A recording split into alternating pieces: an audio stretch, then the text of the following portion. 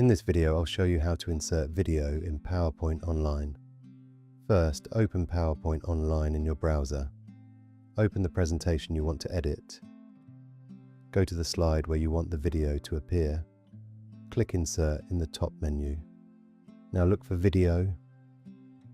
Choose the video option that appears. If you are adding an online video, paste the video link into the box. For example, you may be able to paste a YouTube video link. Click Insert.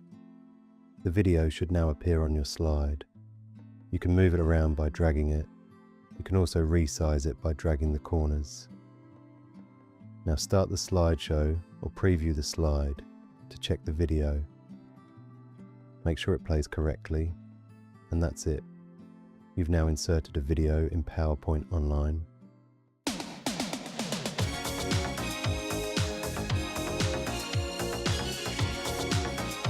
Hope that helps.